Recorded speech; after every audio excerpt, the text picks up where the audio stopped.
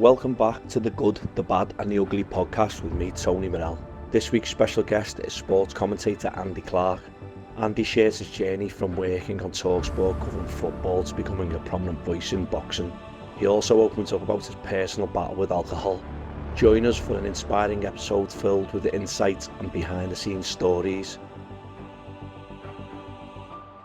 Thanks for listening and watching this episode. I developed a problem with alcohol. I'd never been shy of a few drinks. By the time I got to my early 30s, I realised that it turned from being like social, which is what it had always been, into something else, and I needed to stop. Do you think it's good for boxing going over to the Middle East?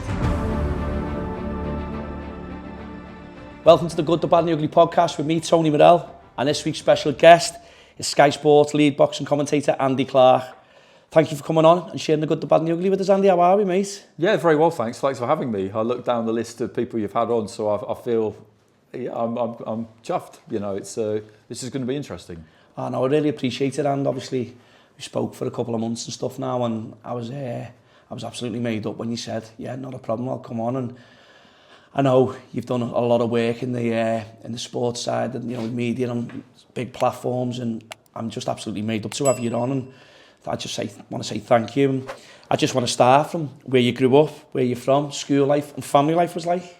So I was born in Chester, 1977, Countess of Chester Hospital, same hospital as Michael Owen a couple of years later.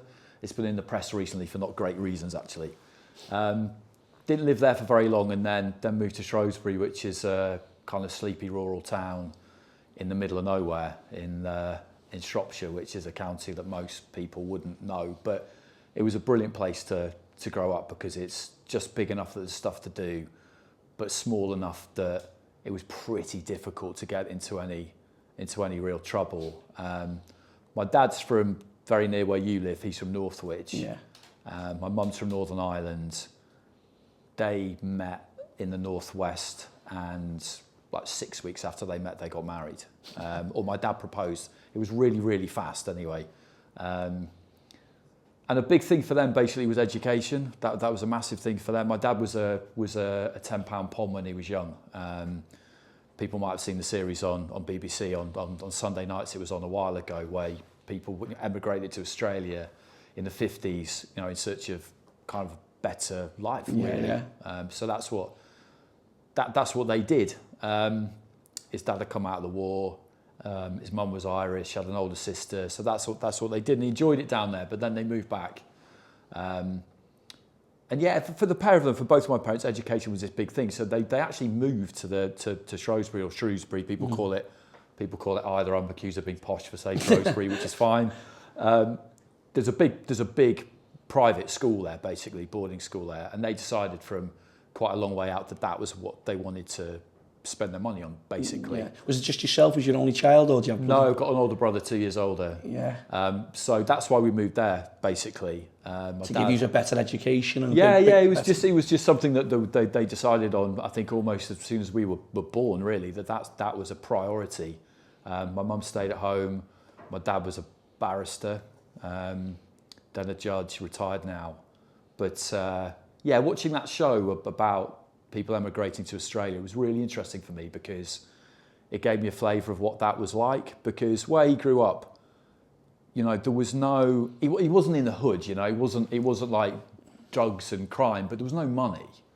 And his parents grafted, but there was no money. If you wanted something, you needed to go out and earn it. You had to think of something, basically. What are we going to do? So they came back after about 10 years. And he was all set to go to university in Adelaide to study law, and then they decided they were coming back. And his qualifications in Australia didn't count here, so he basically had to do them. You had to redo them, yeah? Yeah, he had to do his A-levels again, and ended up as much as you ever kind of can, from what I can tell. And he's not that forthcoming. He loves to chat, but he's not that forthcoming about himself.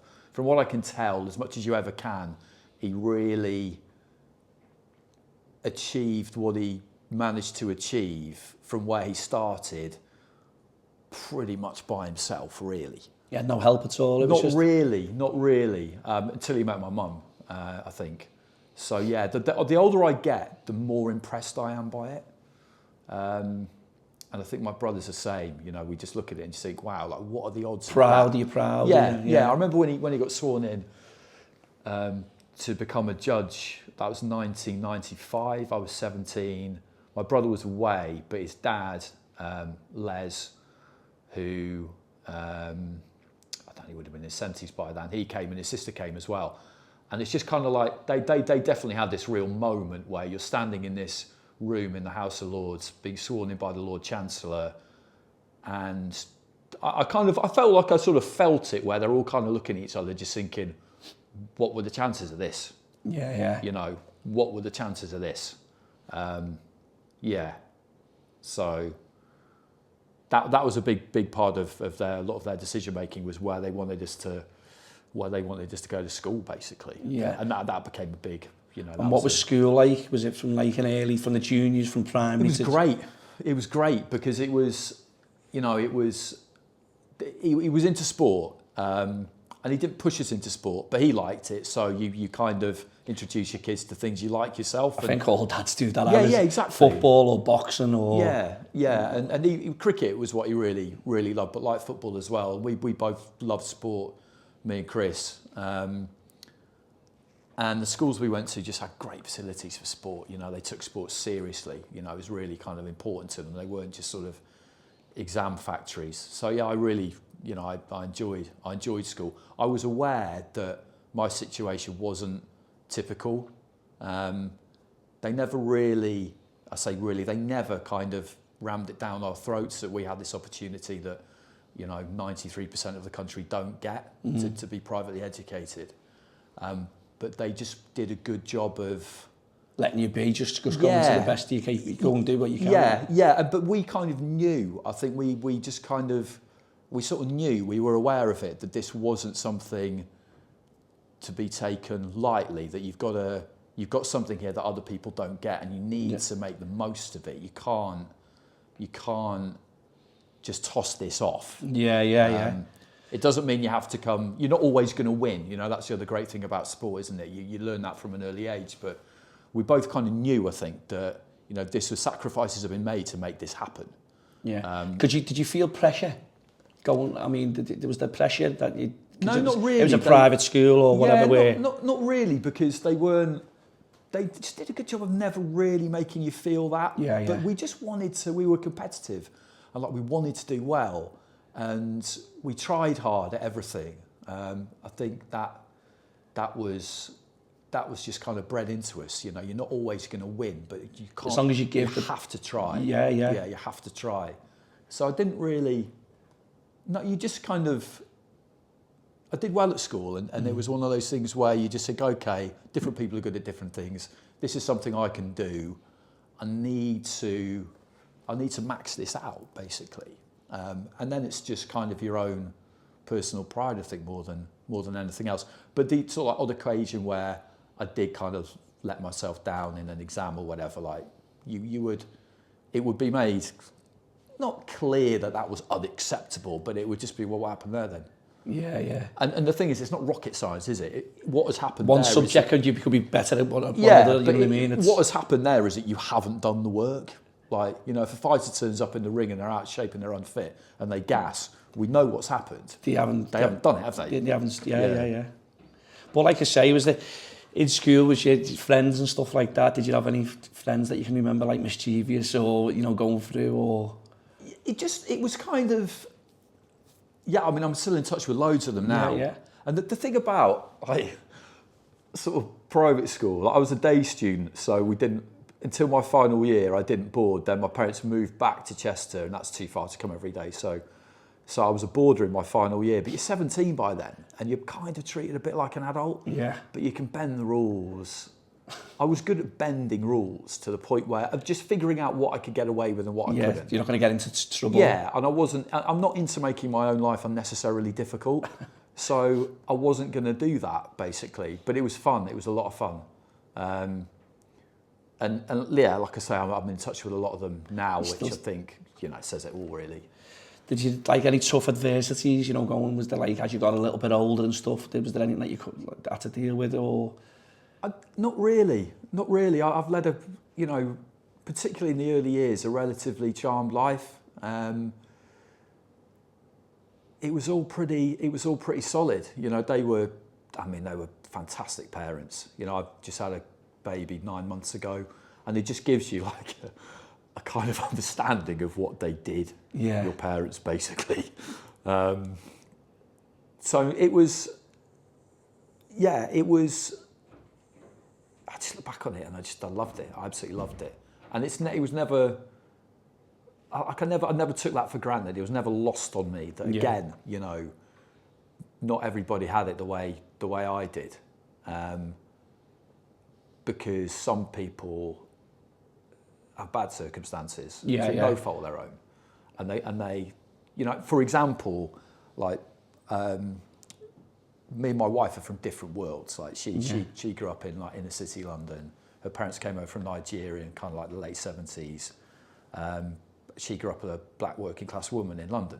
I'm a middle class white man from the kind of shires, if you like. You know, those are just two completely different worlds. So the way that she grew as an outlook on certain things. The way that her life as a kid was just completely different from mine.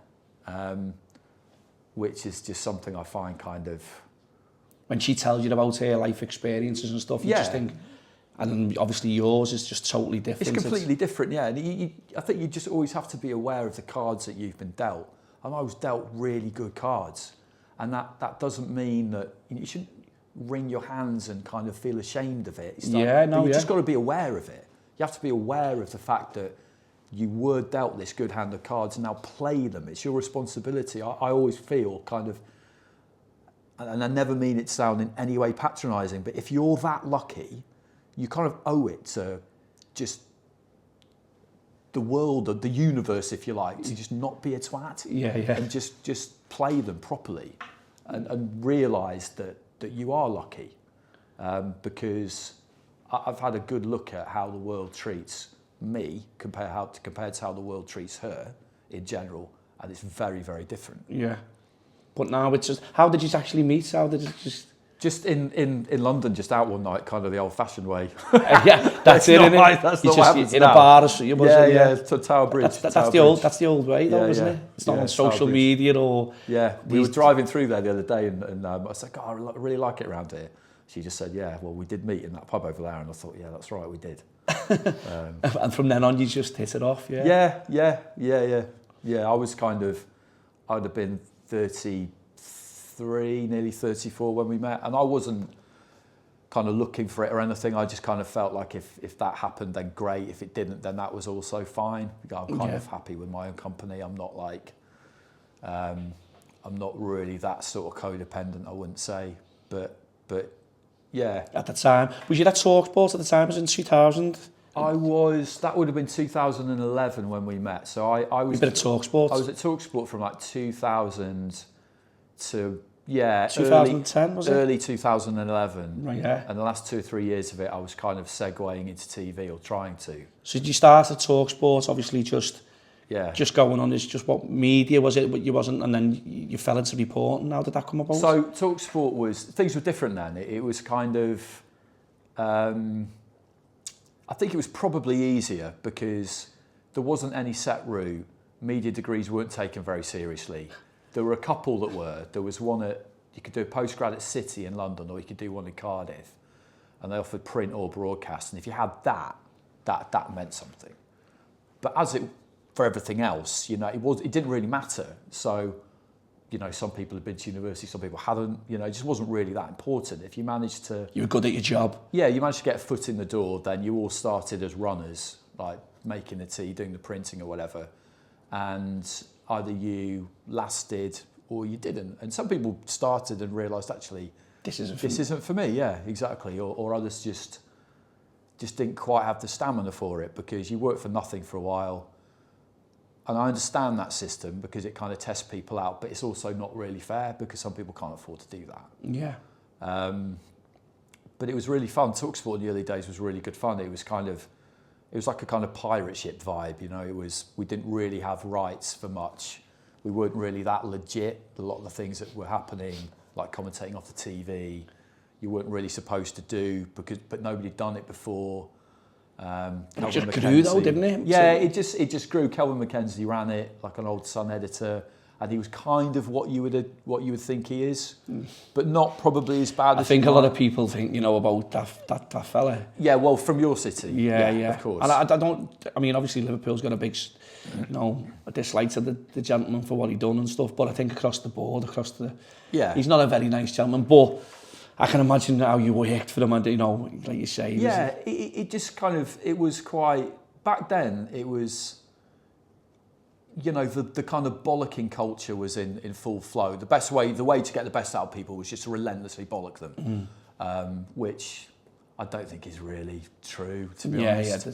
And it was almost like, can you take it? And I could take it. It didn't bother me, but it didn't make me respect people who did it either. Yeah. I just kind of stand there. Take it. Not like it happened every day, but you like stand there and take it and just think, there's other ways of doing it. Yeah, you're kind of looking at a person thinking, I'm guessing that you think that you doing this is going to make me kind of, I don't know, not scared of you. I don't really know what you're trying to achieve here, but whatever it is, I can tell you aren't, because I'm just standing here and my speech bubble in my hand is just like, wow, this guy's an absolute dick.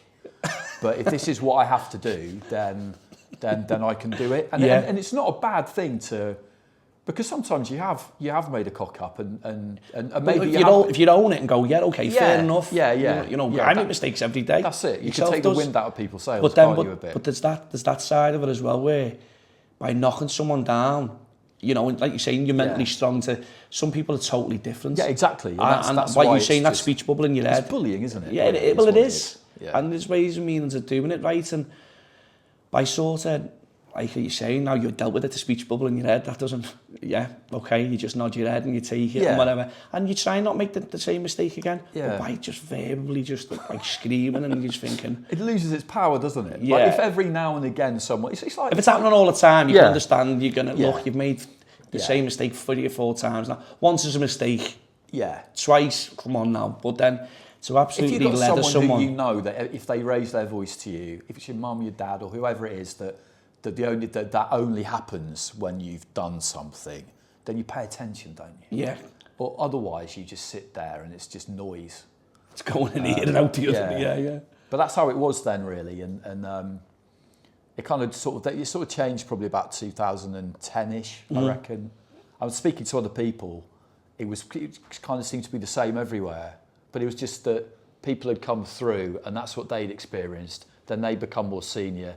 And that it just kind of, they then do that to the people below them. Because that's what they'd experienced. Yeah, exactly. Until at some point, I guess someone just decided, hang on, like, is this really the best way of doing this? Yeah. And they discovered that actually, no, it isn't.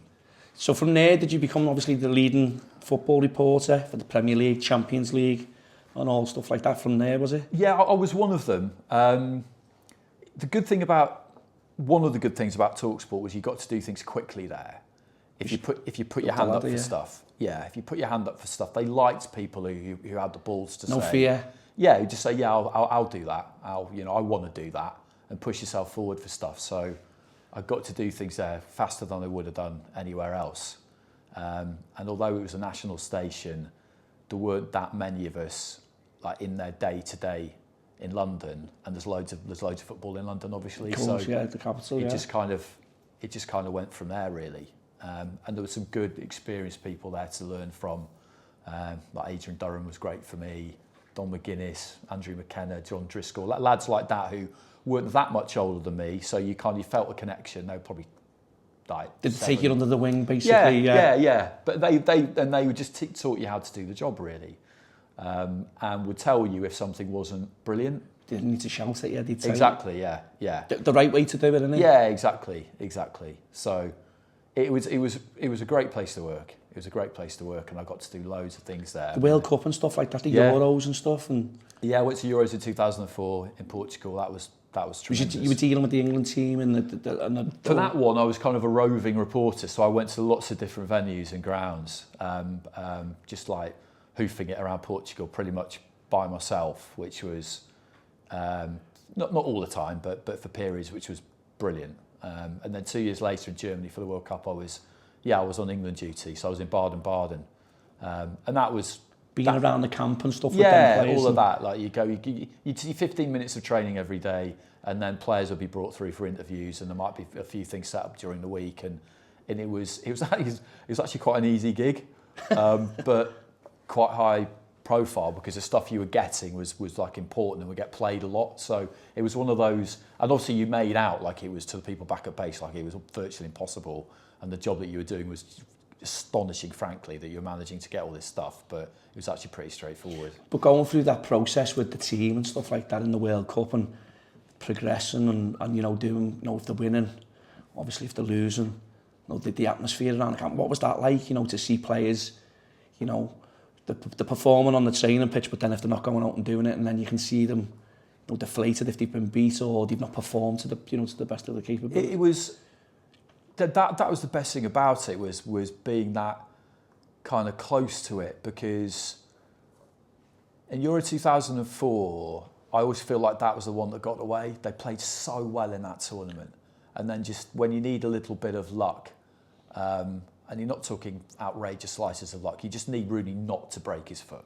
Yeah. Like you just need like no bad luck. And I think I remember when Rooney he was on fire, absolutely flying. And then it just happened, didn't it? Yeah. And then 2 years later, you think, well, it's the same bunch of players. He was injured, which was a problem, but they're better now. We should have a really, really good chance of this. And they just never really got going, and you just kind of. You're just thinking next game is going to be the one, next game is going to be the one. And I always felt like they were a pretty likeable bunch.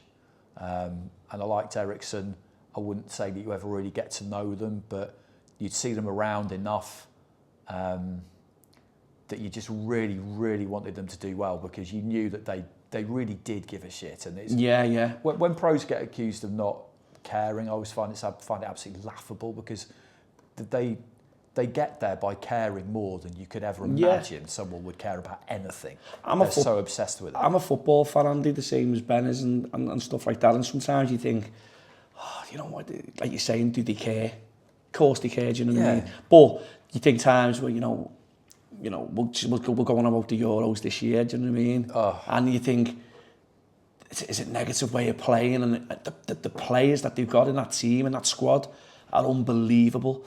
Of course they care, but you think, did they get set? You've got to play this certain way, because if you're a footballer, you know, your manager wants you to set up to play this certain way, but then you've got to try and, you know, you bring something different to the table. So you go and win that game for me as a player, or you do something in the game, and then sometimes you think, why does he not give that ball here, or why is he not? It's easy for us to say when it's on the telly or you're in the stands, you know what I mean? I was something like football where they make so many decisions in such a short space of time. It's just.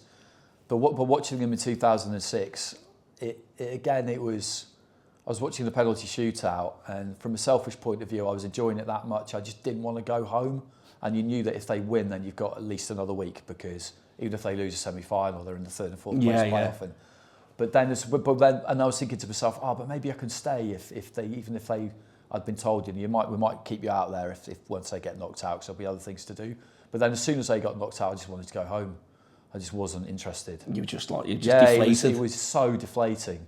And that's like, with penalty shootouts, you're kind of like 1 second you're still in it and anything is possible, and then the next second it's over. And it's just, wow. It's taking all the nerve, isn't it? Yeah, it's just... On the biggest stage in the world as well. And then you see them come out afterwards through the mix zone to do press, and I think Lampard did it, I think Carragher did it, Lampard definitely did it. I remember speaking to him. I think Owen Hargreaves might have done it, and they're just so, you can just see how crushingly disappointed they are. And then they've got to speak in front of the media and stuff like that, where you wouldn't want to speak to nobody. You know that there's going to be criticism coming, and I remember the next day when you know, you all go back to the press centre and Beckham announced that he was stepping down as England captain. You could see how emotional he was about it.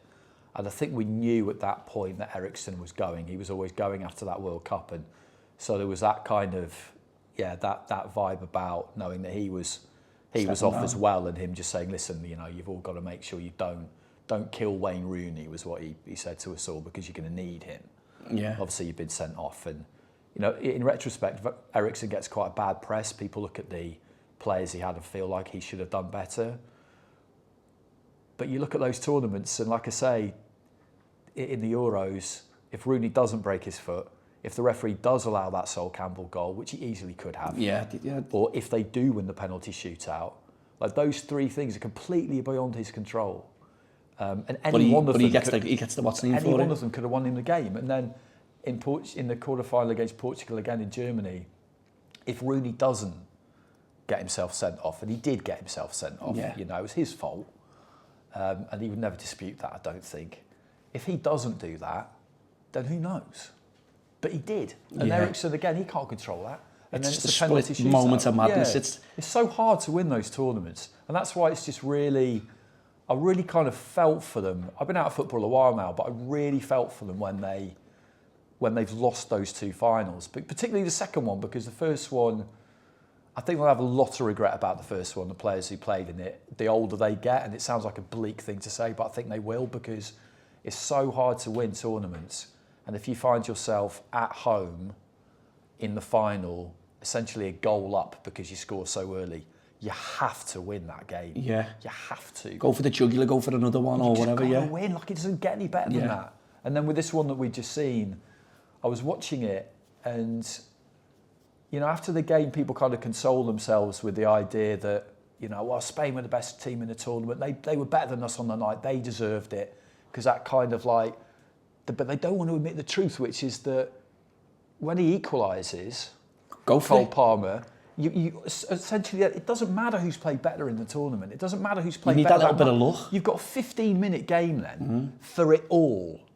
And we had the wind in our sails. We sort of sat off and just let Spain come, instead of going for the jugular. And again, I think these are just like, these are windows that slide shut really, really quickly. And I think I think it's going to be hard for them, to be honest with you, to kind of... Because they do care. I think it'll be hard for them, looking back on it. Players who played in both particularly, I think they'll struggle with it. I think it's something that they'll really regret. They'll feel like they didn't, that they could have done more, and that's always the worst feeling, I think, for any of them. Looking back at it, So whoever comes in's got a big job on their hands anyway, so I think, you know, so it's one of them. But after that, Andy, going into TV, how did that come about? It was just something I always wanted to do. Like, for some quite kind of basic reasons. It wasn't all about this, but I knew you got paid more working in TV. You know, that was a reason. And there's a bit of ego comes into it as well. You know, it's I like the idea of being on TV, to be honest. It's not really about that for me. That doesn't sound very convincing given what I've just said, but I love sport, and I just wanted to cover sport. Yeah. And I ended up deciding that commentary was the best thing for me, because I always wanted to be there as well. Like, sometimes if you're doing the studio, you can get left behind, but if you're commentating, you don't. Mm-hmm. So I always wanted to be in a role where I'm going to be there, because you want to be at these things. And that was why I figured out that was probably the best thing for me. And also because it's a really kind of specialised thing. And I kind of like, I've always sort of liked things. My nature is to try and pick the most difficult thing. I'm not saying that I can like do all difficult things, of course I can't, but... You're like a challenge, basically. Yeah, because what I always feel is that if something's really difficult, then quite a lot of people either won't want to do it, or they'll start it and they'll give up. And the one thing I know about myself is that I won't. That I think, like, my kind of greatest strength, I think, probably is just it's that basic, that I will try my hardest, whatever if it's something that I want to do. Yeah, and I will go for it. Fall flat on my face loads of times, but I will always go for it. You'll never give up, and you'll keep going and just... Yeah, sometimes you need to know when to quit, don't you? Because, like, you can... But if you're determined and you've got that fire in your belly and stuff, but some of the broadcasters, like you say, with Sky, Channel 5, BT, you know, it's one of those, The Zone, you know, they're big platforms, they're big broadcasters, did you feel like when you went on, you know, you're on the microphone, you do, to millions of people? Yeah, you do. You don't really think you're the face of that, that broadcast. You don't really think about how many people might be watching because you can't. Luckily, you can't see them. If you could, like, you just, I don't know how you. I don't know You're how probably you cope with melting. that. Yeah, but it's, yeah. I mean, I was really like the first time you do anything, you're always going to be nervous, and I still get like nervous now in the sense that I get a nervous energy. It's only But I human, it's don't- only natural, yeah, isn't it? but I don't feel apprehensive in any way anymore. But the first time I'd done a few things, yeah, you'd be absolutely shitting it. You know, the first time I did a live radio report for TalkSport, it was Gray's Reading against Gray's Athletic, second round of the FA Cup. Would have been kind of like November time, probably 2000, something like that. And I was just like, it was torture. Like, just in the minutes building up to it, you to the point where you just think, do I even really want to be here? And then you'd remind yourself, no, I do want to be here. The nerves kicked in. Yeah, like I'm here because I want to do this. And then you're just thinking, like, why do you want to do this? But that's just how it is. And anyone who says that they never experienced that is just lying. Yeah. And it's not helpful. And you do come across quite a lot of people who just claim that everything's amazing and they never get nervous and they never got nervous and they've never had a kind of like trough in their career. It's always been brilliant. It's just bollocks. Yeah. The research that goes into it as well. Have you got to do all everything in regards to whatever you're covering? Yeah, I mean that's up to you how much you do it. I'm pretty well, I just love it. Like, particularly the reason I ended up moving to boxing from football was that when I was doing both at the same time, I realised that the research for football could be a bit of a slog, I found, but for boxing it wasn't.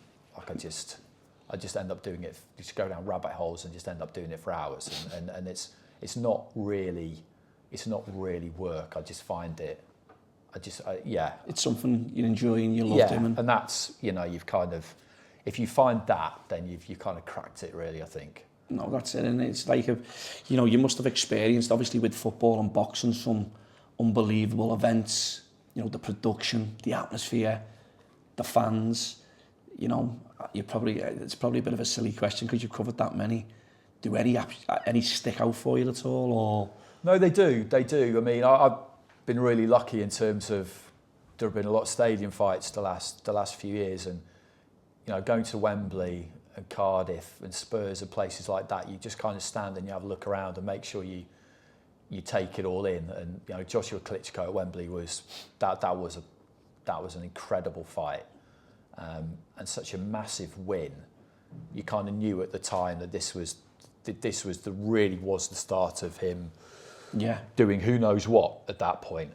But then again, when he got beaten in New York, that was one of the most memorable nights I've ever been at, because that in many ways was the beauty of sport. It was a massive upset. It was Nobody like thought the underdog had obviously... Yeah, and as he was getting knocked down and the fight flipped in that fourth round, and that famous old place is packed and everybody's going absolutely nuts, not because they're delighted that Ruiz is winning, just because they can't quite believe what they're seeing. Yeah. That was incredible. Fury Wilder 3 always sticks out as well, because that was just absolute chaos. The onset times, both of them, yeah, you know what I mean? But some of the atmospheres that you get are, there are just some nights where you've just got it, you know, it's just there. And stadiums are great, but I do love just an arena because the roof keeps the sound in. It's that compact and stuff, isn't it? It's just... Yeah. Like we were just saying before, like York Hall and stuff, and we were saying about the Olympia in Liverpool as well. It's just such a compact, and you say the noise, it's like the roof's going to come off.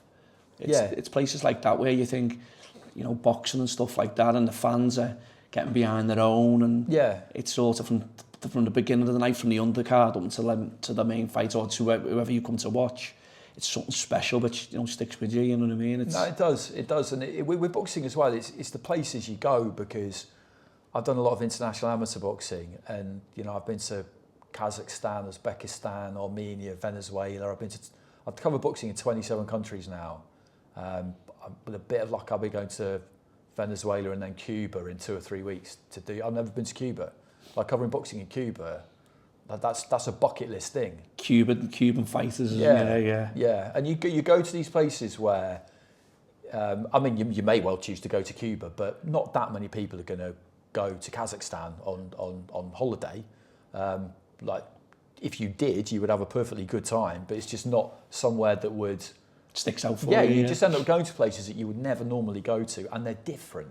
You know, they're not. It's the not culture like, and everything. You take all that in. And but these are countries that are obsessed with boxing. So you'll go to I always want to go and watch training. You know, whatever the training is. So in Kazakhstan, it was like the Cubans were training for a bit, but then also it was the National Academy. So they had like they were pretty young. So on the same day they had like the kids in, who were probably about 14, I reckon, maybe a little bit younger. And then you're just watching them and just thinking like, this is great. You know, it's amazing. You've got all these little mini Golovkins just bashing each other because he was flying at the time. Yeah. He's their guy. And that's what I like about it as much as anything else. Or just going to a, you know, you're in a town and the boxing's generally often in a place where, again, you wouldn't normally go to. It's not a tourist town. So you just have a walk around the town and you just get a bit of a look at how people are kind of living their lives and how different it is from home, and nothing's for show. Like I say, it's not a tourist place. Yeah. I really enjoy that. But it's like when people, like you say, they get like a cult hero, or like you're saying Golovkin and stuff like that, and kids look up to them fighters, or you know, from a certain town, and the whole town's behind them, or the whole country, or wherever you visit. It's unbelievable to see, because these kids want to be that guy, or that woman boxer, or whoever, you know what I mean? And it gives them that hope. Yeah, it does. Yeah, it completely does. Yeah. And when, like you're saying, you go in and you see them, and you know, just thinking could they be the next big thing? And it's great, you know, you get the opportunity to go and see these countries where you say people wouldn't think to go on holiday. And no, it's really, I mean, it's really interesting, and you see kind of fighters come through who you then see a few years later, and they might mention to them, oh yeah, I was at that. I remember seeing Jaya Pataya at the World Youth Championships in 2012 in Yerevan in Armenia. That's a really interesting place to go. And I had no idea he was going to go on and do what he's done. But I saw him in Saudi and I said, oh, you got a bronze at the World Youth Championships, didn't you? And he said, yeah. And I said, I was at that tournament. And immediately he's just like, really? And yeah, that's, you know, it's I'll never not want to go on those trips. You know, as you get older, people sometimes, and I get it, because I actually went to Russia a few weeks ago. And that took forever because there's no direct flights. Yeah. But again, that was like a town 70 miles outside of Moscow, Surpukov. Just a normal place where people are just getting on with shit. They're not, you know, they don't care that you're there. They're not bothered. And just that was, I just wanted to go because I've never been there, and opportunities to go there don't come along that often, particularly now.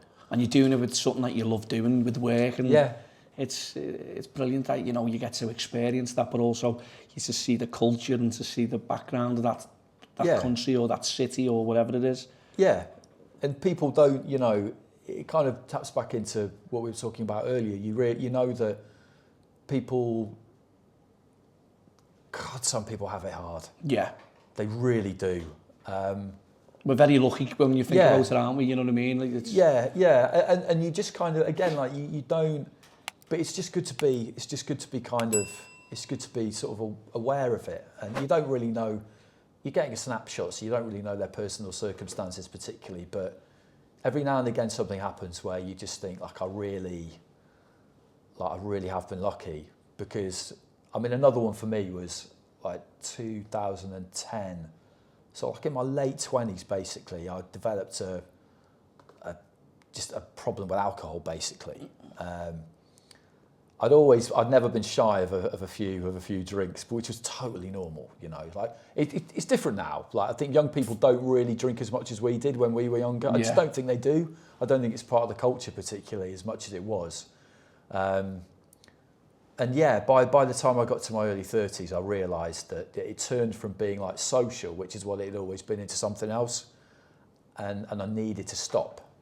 So I managed to do that after a few kind of abortive attempts. But I knew it got to the point where it had to happen because... Was you drinking every day on? No, I was like a self-destructive kind of binge drinker. When I say self-destructive, like I wasn't going out looking for trouble or anything like that. But I know what you mean. So basically, you'd go out of a weekend, but you'd make up for your drinks. Yeah, and it just turned into a massive bender, basically. Yeah. And with the irregularity of the job, and I don't blame the job for it at all, but the circumstances of the job whereby you're going to work on the weekend, but you're probably not maybe going to work on Monday, Tuesday, Yeah, Monday, Tuesday, probably not when I was covering football. Some weeks, yeah, but a lot of weeks, no. So, you know, you kind of... You could sort of... Yeah, you just end up like go out Sunday night and just kind of like stay out. But yeah, the reason I kind of mentioned that really was that I did go to AA a couple of times early on, and it wasn't really for me. The main reason it wasn't really for me was because the couple of meetings I went to, the people who kind of got up and spoke, I was listening to them and just thinking, wow, like you've really had it. You've really been through it. And I can understand how this has happened with you. Whereas with me, it's kind of happened because, and this is the only thing that I kind of think about with regard to it and feel sort of just like ashamed of myself really, is that it kind of happened with me because I just didn't really think of anything better to do. You know, to kind of like fill my time. You know, I just think I should have had a bit more imagination than that. And I don't think you're the first person to actually say that, to be fair, because, you know, your job and what you say and what you know, it's like anything. You could work a normal 9 to 5. Keeps you in check a bit, I think. Yeah, but then your job, your hours, people who do nights, when people finish nights, some people, when you finish work on a 9 to 5, people might go to booze and have a couple of bevies. When you go on a 10-6 and you come in, don't forget you've done an 8-hour shift and you're still you want to wind down. So people, and when I've heard people say, I get in and have a couple of cans out the fridge at 6:30 in the morning when I get in, when people are getting up to go to work to do the 9 to 5. Yeah. So everyone's lifestyle's a little bit different, you know, working hours and stuff. Yeah. But like you say, can use that as an excuse if you want. Like once you get to a certain level with it, and I reckon I probably did that. I just think, well, what's wrong with going out and getting smashed on a Monday afternoon? Because like it's kind of like my Sunday, because I've worked on Saturday and Sunday, and that logic kind of does hold up, but not if you're kind of looking to justify doing something that you know. I mean, I get what you're saying, really justifying it. You should be doing. But then again. But that's not everyone, that was just me. No, but like you say, did it get to a point where it was yourself that you thought, I'm drinking too much, or was it someone who'd said to you to give you a little nudge and went, Andy? No, a few people had given me a little nudge, because you just kind of stop being as much fun, because I think when you were doing what I was doing, it could be a bit unpredictable as to where you're sort of, I'm not a doctor, but where your blood alcohol level is. And sometimes, like a couple, and you'd be absolutely hammered because there was still that much in your system. And you're just topping yourself up. Yeah, and other times, you know, you were fine. Were you just drinking lager, or was it spirits? Or? No, I never got into spirits. It was always just beers. But the reason I kind of got to the point where I just thought to myself, I'm going to drop the ball at work soon. Like I'm going to. My career could be. I could yeah, lose my career. And I've worked hard at this. Yeah. And that, along with quite a few nudges from other people, that was what made me realise that this had to happen. Yeah. And when the people are nudging your hand, would you thinking to yourself, I haven't got a problem? Yeah. Was you trying to convince yourself? Well, I mean, you try, but you don't do a very good job of it. Like, you know, I think it's interesting kind of watching people make programmes and stuff about addiction. Although strictly speaking, I wouldn't have been characterised as an alcoholic, because that's a dependency and an inability to function without it, meaning drinking every day, when actually that wasn't what I was doing. But we're splitting hairs really, because it's just a problem's a problem, isn't it? But a lot of the time when you kind of see people exploring it, if they're not one themselves, they kind of can't really understand it, I don't think. Yeah. It's a really sort of complex thing to just continue to do something that you know you shouldn't be doing, and by the end you don't even want to do. That's quite a difficult thing to get your head around. It's like, how come I can't stop doing this thing that I don't actually even want to do? You're not enjoing it. No. Yeah. You're just kind of. You're just trying to fill your time. You're just kind of doing it anyway. Yeah, you just get a little bit addicted, I guess, to the buzz off it. But I don't. But then when it got to a Wednesday, when it's time to get back to work, you've got to go back to work. So that Monday, Tuesday's your weekend, really. That's that's how kind of what was happening. Yeah. And listen, Andy, I'm not trying to say it's, that's how some people get through life and whatever. They work hard, But then it gets to a point where. But I think like you said, you just know when it stopped being something okay and normal and has started being something else. It becomes a problem. You like just, said, you know, and like everybody I've spoken to who's like been through similar things, you just do, and you could, you could, and that, you know, you do justify it for a long time, and the idea that you're the last one to know is hilarious. Like you're the first one to know, you're just the last one to admit it. Yeah. That's another thing you kind of hear people say, and you just think, come on, like, I'm the one doing it. Of course I know. But having said all of that, I probably wouldn't take it back, because I had a really, really good time. Probably until about 2008, and then for a couple of years it went wrong, and then I stopped, and I never really missed it. So.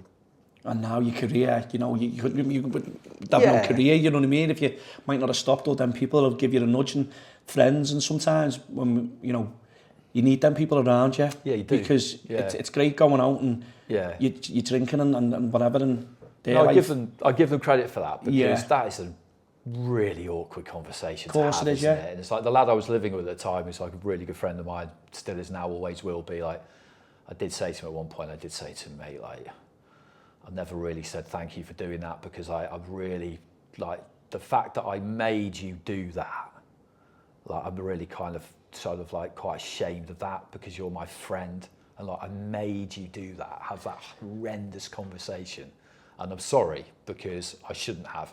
And he just like, he laughed, and well, he did, and he laughed a bit, but he said it wasn't great.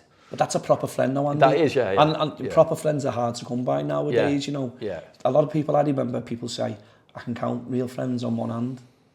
You can have as many people, you know, friends on social media, or whatever, you can count on one hand. And I always used to laugh at people and say to people, do you know what?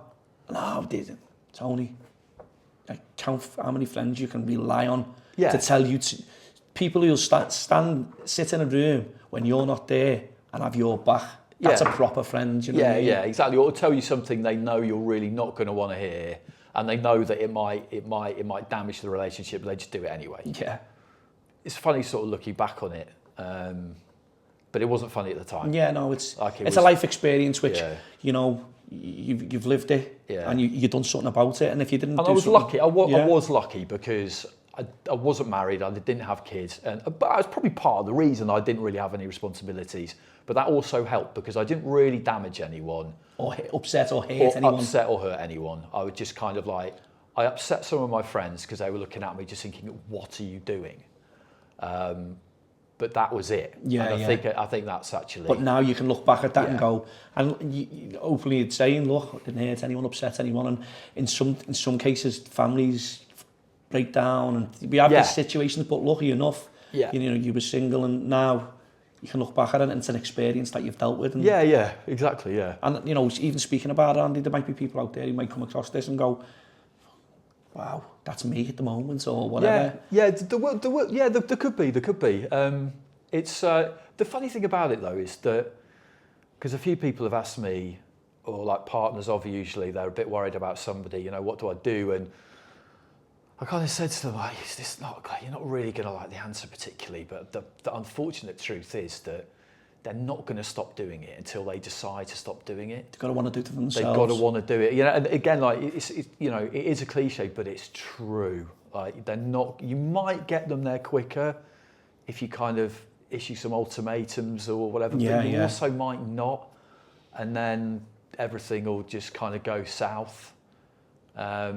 And if they really want to do it, and like you say, them ultimatums and stuff like that is probably a big factor, because they could lose family, friends, their jobs, whatever it is, and look, you need to get your act together and you know, sort of. But I have a lot of sympathy for people who can't manage to do it, whatever it is, because it's not. And it's really easy to take a hard line and just think, well, you know, they need to be stronger or whatever. But you just think circumstances are different. This is not. People's circumstances are different, and also it might look like this is what they want to do because they are choosing to do it. But this is not how they want to be living their life. For whatever reason, they just can't There's a reason, maybe a reason behind it. Yeah. And no one knows the full facts or the full story. Yeah, it does make me like, I really feel for people who can't manage it because that isn't what they want. It might look like it is, but it isn't. And it's just a really chaotic, exhausting way to live. Yeah. I've found I had so much more time after I like to sleep properly, get up earlier, just everything was so much easier. Yeah. And I think as you get older, you realise that, but then it's one of them now, and look where you are in life now, you know what I mean? Where it definitely helped. Of course it definitely does. helped, because you're just sharper, aren't you? Like, you're less likely you're at it then, aren't you? You know what I mean? You've got that bit between your teeth where, but look, you're here to tell it, and you've lived it, and, some of the advice out there, someone will surely what's the name and think, what, I was there, and, now they turn their lives around, you know what I mean? So, but it's good to see that what you're doing now, and, it's great to see it on our TV screens. But is there anybody personalities, footballers, boxers who you've come across? I know they're all human. It was just genuine, really nice people. Loads. I mean, that's the best thing about it. Loads. I've never really... I can't really think of anyone I've worked with where I've just thought, wow, what a helmet. That hasn't really... There's been probably the odd one, but I'd have to have a good think about it. Yeah. The majority of people who they've been really, really sound. I guess the one who's kind of, sort of, not impressed me, but who I was really pleased that he was a really good bloke, was Ian Wright. He worked at TalkSport on the Drive show, and I didn't work on that show, but he just kind of became friends with everybody at the station. He seems like he is what he looks like he is. Just a really good guy. Really entertaining, really good company. And at the time, this was like 2010, so at that point, obviously he's really famous because off the back of Arsenal and like loads of terrestrial TV, he's properly walked down the street, everyone knows who he is famous. And like every now and again he'd come out with us after the shows or whatever, and you get a little window into how problematic actually it is being that famous, because people just never leave you alone. But he was just him all of the time. There's no front, there's no black person, no mask on, that's him. No, that's him, yeah. But that's lovely, that's great to see, you know what I mean? Yeah. He's just a normal person, been very good at what he does. Yeah.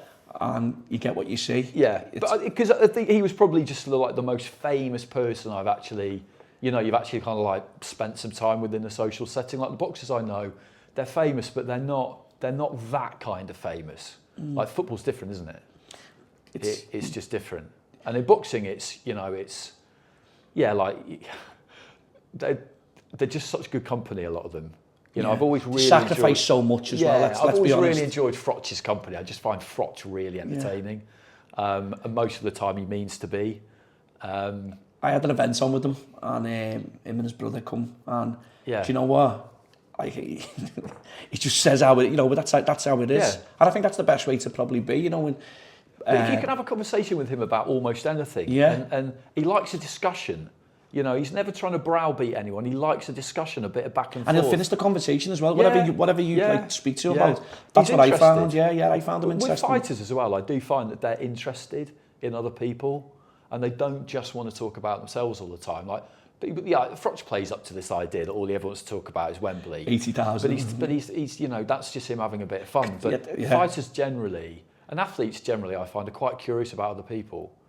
And they actually are quite interested in what it is that you do, and why do you do it like that, and wouldn't it be better if we did it like this? Because on this like constant quest for self-improvement, aren't they? And it never ends, even when they even when they retire. Like, a good pal of yours, Tony Bellew, again, like he's another one who, I've got massive amount of time for him, because now he's obsessed with golf now, isn't he? Oh yeah, he's banging to But of course he is. Like, he was always going to find something, wasn't he, where he could obsess about getting better at it.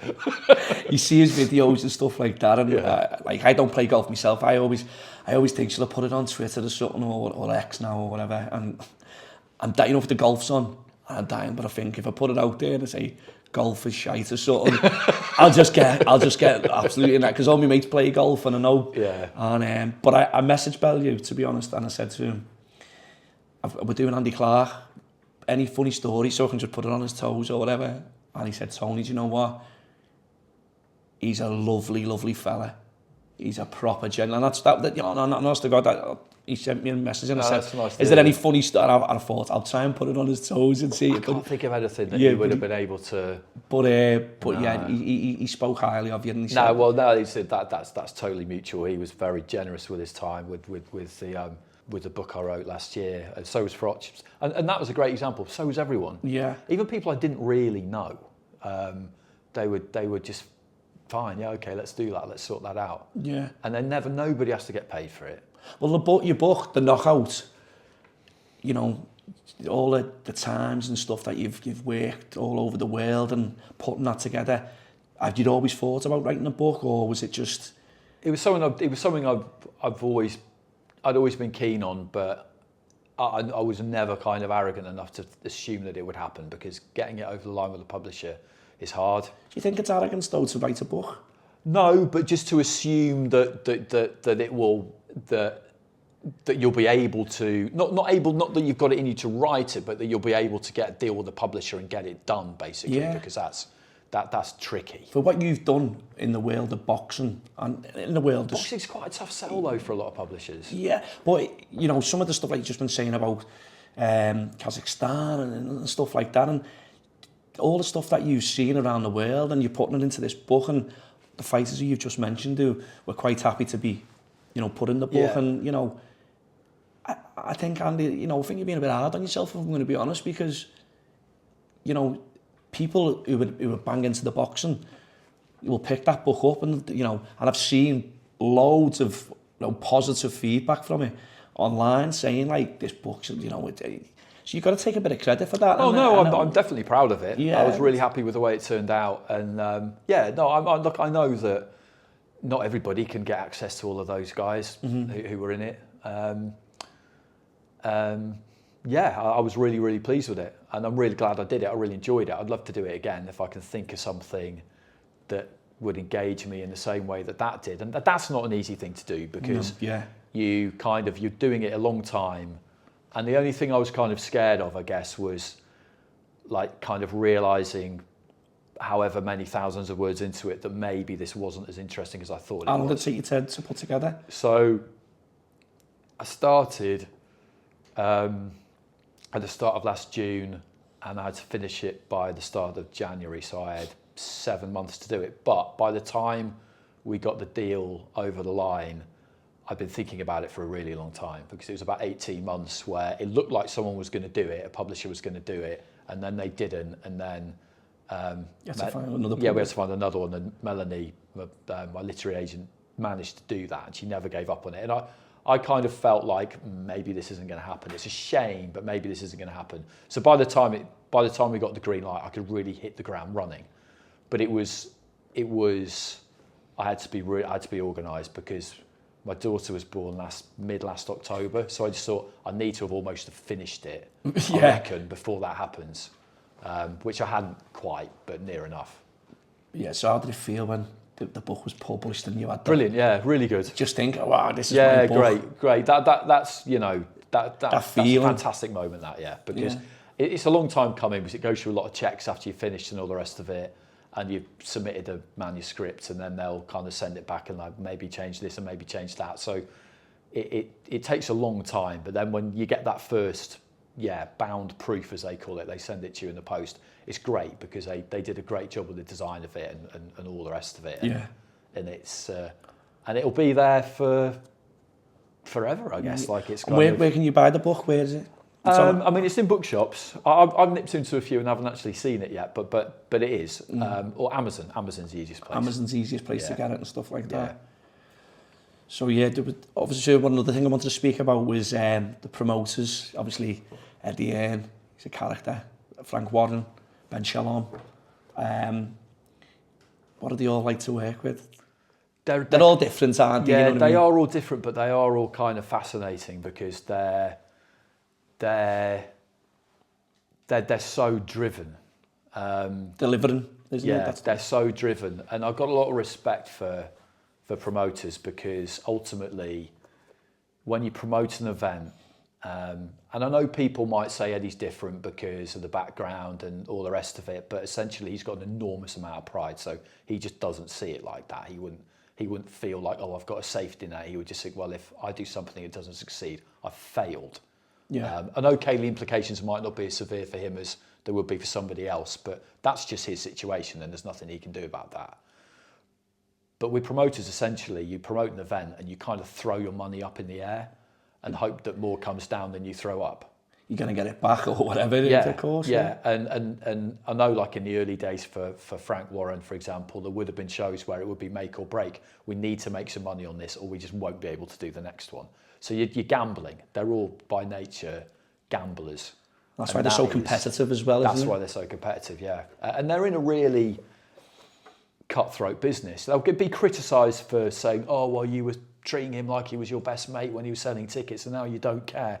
And you think it's not that they don't care, it's just that business-wise, that fighter who's not what they used to be doesn't really work for them anymore. And they can't carry any passengers. Yeah. That's just how that world is. But it is really all-consuming and completely 24/7. And if you're all right with that, then you've got a chance. But if you're not okay with that, then you've got no chance. Yeah. And that's like, hearing them talk about it, it reminds me of hearing football managers talk about what their life's like. And sometimes you hear it and you just think, well, where's the fun? Like this sounds like a lot of problems, but not that much fun. But that's just not how they're wired. They just love the hustle of it. They're just wired. It's 24/7, isn't it? It's just yeah. And they've got good teams behind them, like you say. Yeah. You've got match. And they don't want to retire. They want to keep doing it forever because they just get such a buzz off it, of doing deals, of finding the next person, of putting on a massive fight. Of the next big star. Yeah, they want to win. They want to win, and that's why it's great. Competition's good, isn't it? In anything. You'd never want anyone dominating for too long. Just running away with it. Nah. And those... Yeah, I mean, they if they could write books where they could just tell you everything that happened, it would be unbelievable. But they can't. The stuff that it's impossible. They can't like do it. You say, it's good. Like you say, you've got like the likes of Ben Shalom, boxing stuff coming through, and it's good to see, a new kid on the block. And you've got, don't get me wrong, you've got Sarland and all that, and you've got others who've been around, but obviously with Queensberry and Matchroom, they've always been the sort of big... They're family dynasties, aren't they? George Warren's very instrumental at Queensberry now. It's a good team. That's what I was going to say to you. With Eddie Hearn and stuff, Matchroom. They've got a good team. You've got Frank Smith and stuff. Then you've got Queensberry. You've obviously Frank Warren's sons, George, and that. You've got the Sarland brothers. You've got Ben Shalom and stuff like that with Boxer, and it's good to see. It's competitive. You don't want to, and hopefully working together, because I'm not saying it's ego or whatever, but. Oh, there's a lot of ego, but it has to be. You have to, as long as they can kind of control it. Like we've all got one, haven't we? And it's just, you don't ever want it to be obstructive. And I think with someone like with Eddie, because Eddie's just more forthcoming. He'll talk about himself until the cows come home. But it's not just because he wants everybody to think he's great. He's kind of like, he's entertainingly honest about. Like, I mean, he was telling me about.